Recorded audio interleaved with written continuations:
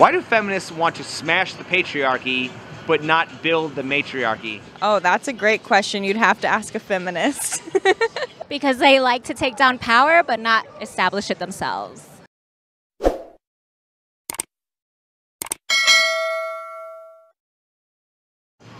Is it true that most women say they want a man to protect and provide? Yes. What if I told you the idea of men protecting and providing is a social construct reinforced by the patriarchy? I would definitely agree. If patriarchy is bad, why do women still expect that from men? Because I feel like women still want to be taken care of, even though they want to be bosses as well. They still want to have that manly love at the end of the day. I think it's just the pressure of society and what's been passed down to us through generations. I think that's part of where the confusion lies, is that there's been this pressure of that you're supposed to be married and you have to do it this way because everybody did it this way. But now with social media and different outlets and religions and countries and cultures and the freedom of speech, people want to try new things. For me personally, I don't want a man to think that he can do everything for me. I want a man to be able to say, I know that you can do it, but let me do it for you. So I think it kind of depends woman to woman. What is patriarchy and why do so many women complain about it? I think patriarchy is the fear of being controlled by men when it's really a form of structure. Would you agree that it's defined as a system of society or government in which men hold the power and women are largely excluded from it? No, I feel that that's more small-minded individuals. They're not looking at the bigger picture of that we do need leadership. More often than not, unfortunately, we do see women get clouded by their emotions, and I'm guilty of it. Why is patriarchy seen as such a bad thing when women always expected men to provide? I think it's just fear. I think, again, it's the fear of wanting to be controlled, but then also wanting to be submissive. So you got to pick a side, ladies. I think patriarchy nowadays is how men perceive themselves and how they put themselves on a pedestal above women. However, I don't think that was the original perception of it itself. I think women look at it as a negative thing because men use it as like a power trip against women. And I don't think that is something that should be used, especially in today's society, because we have different rules and standards now. If a man protecting and providing for a woman is called a patriarchy, would a woman protecting and providing for a man be called a matriarchy? I would say yes. I think that, it would then be a matriarchy then could trickle down and they would then feel probably victimized later on down the line for it. How can a society that always places women first be called a patriarchy? Ooh, that's a great question. Maybe because they don't feel that women are put first right now. If we lived in a matriarchal society that was run by women, what would the man's role become? If I'm being totally honest with you, I don't think it would flip. I think it'd be the same concept because there are things that men can do that women can't, and there are things that women can do that men can't. And men are the ones that are supposed to be the provider. That's been how it has been for last however long. They have different strengths, they have different weaknesses, just as women do. And I think if it were to be a matriarchal society, women would feel as though that they should be the powerhouse. And I don't think that's necessarily what our generation in today's world can say is 100% the truth. Isn't a matriarchy just women having authority without responsibility, while men have responsibility without authority? Well, would that be the same thing as like what a patriarchy is now? Like you could say the same thing. I don't really know that. I don't really know the answer to that.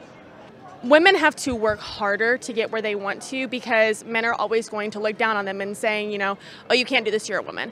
Oh, you can't do that, you're a woman. Let me do it for you instead of you can't do it, And that kind of contradicts what I said beforehand.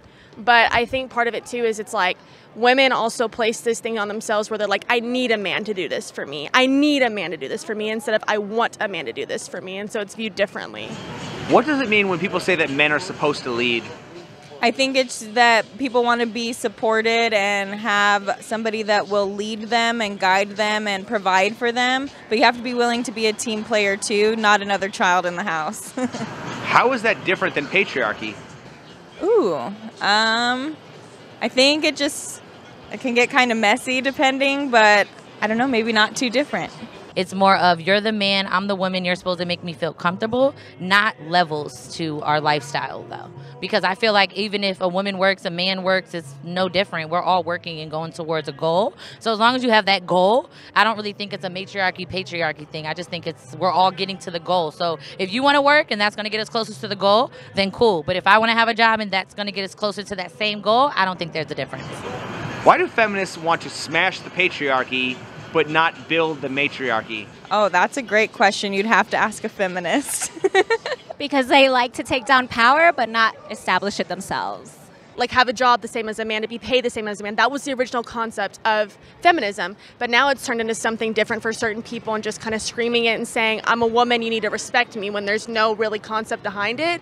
And so I think women, not all women, but there are some women, just like how there's bad seeds and everything, have this perception of what feminism is, and that's blasted as like the forefront, and it kind of gets messed around. So I don't really think that it's a common thing for women to feel that way. It's just a certain group. If women don't need men, why don't they build a female-only civilization on an island or a female-only Fortune 500 company and show the world how it's done? What if it already exists and you don't know about it?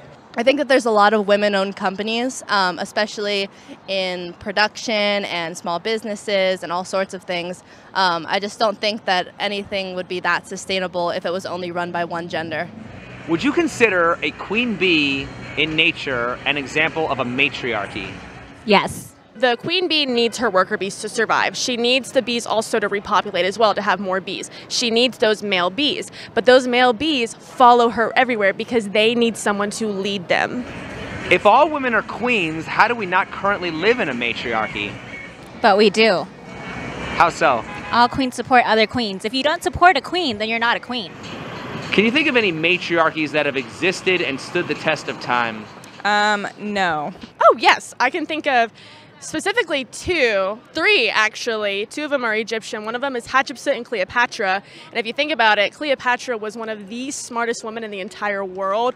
She knew 17 different languages, I think it was. She actually controlled Rome through Caesar by contacting him through emotional powers. That's pretty cool. Hatshepsut did the same thing, and she actually had all of her portraits in Egypt described more as manly and more masculine because she wanted people to respect her. I think the last one would also be Queen Elizabeth I. If you think about it, she had no heirs, she did nothing, and she wanted to be portrayed as a man as well because she wanted to have respect and authority, and she is one of the greatest leaders that we still talk about to this time. I don't know about standing the test of time. I think a lot of them, if they made a difference, unfortunately, it was short-lived. So then why are so many women obsessed with tearing down the patriarchy and replacing it with a matriarchy? Because they're afraid that if they don't continue to push, then it will be completely undermined. And I hate to say it, you had these women that were in these positions of power. They were doing these really good things for their countries, and then a man stepped back in, and sometimes it kind of just falls down due to ego. Could it ever be possible for women to hold too much power in society? I think it is possible. I'd like to wish that it wasn't, but a lot of times we can get clouded by our emotions. You know, it'd be wrong for me to say that men hold too much power and say that women can never hold too much power. I think if you get power in your hands and you have a power trip kind of person, and it can totally lead to self-destruction, 100%. If we consider that the mainstream media, social media, TV, newspapers are all owned by powerful men, the real patriarchy of this world, who is giving women so much airtime to platform and challenge the patriarchy? The men who are they're in love with the women's looks so much that they would do anything for the women, right? Isn't that called a simp?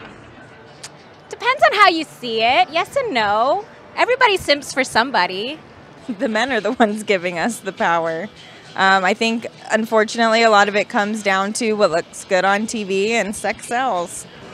Women often complain about how it's a man's world and how men have all the power in society. If we lived in a matriarchy and women had all the power, would they be willing to give it up?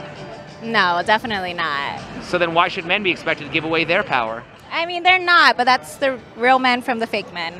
Don't women have all the power when it comes to controlling sex, and are they willing to give that up?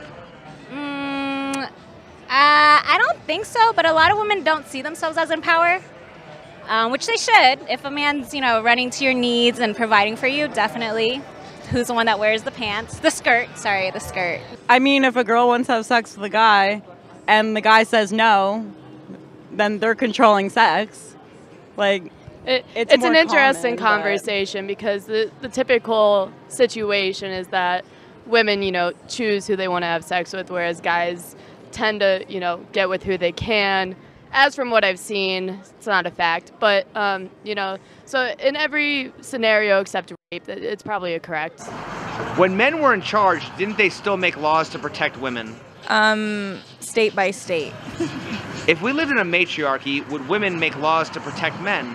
Of course we would, because we're wives, we're women, we take care, so that's something that we do as well. So yes, we definitely would. I would think so.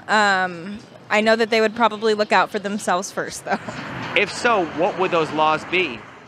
That's a great question. I've never really considered that because I already feel that men are protected. Men make laws and rules based on what's best for them and their families and what they feel is going to keep them best in positions where they need to be. Women think more emotionally in the sense of, what can I do for this man? What can I do for me? What's going to protect me? What's going to be best for my children? And I think that's also why you don't see a lot of women in power too, is because there's a lot of men that just make laws to keep them in power and a lot of women that make laws that are sustainable and long term. Why do women think that if we have a female president, everything will suddenly become amazing? Because women are amazing. Does being a particular sex mean that you have to share certain politics? No. It doesn't matter if it's a woman or man. It just matters how educated they are and how they run the country. Why do women think that the men in power won't cater to women when they already have? I think it's circumstantial. Like maybe they have in some things, but there's still certain things that maybe they haven't. I just think they've done what they think is enough, but it's not enough. If we live in such a patriarchal society, where did all these laws come from that protect women and punish men? No idea, because I don't have any laws that really protect us, so I don't really know what laws protect me because I don't feel protected as a woman, so I don't get that question either. Well, like the Violence Against Women Act, the family courts are typically biased against men. I think it just comes down to what we've seen in history. It takes, like I said, it takes a long time to fix what's happened in the past, and so a lot of times these laws are put in place to help act as a catalyst to do that. But because right now, like as you said before, women are in a position where they are trying to become equal, and in order to do that, it takes laws to be set in place.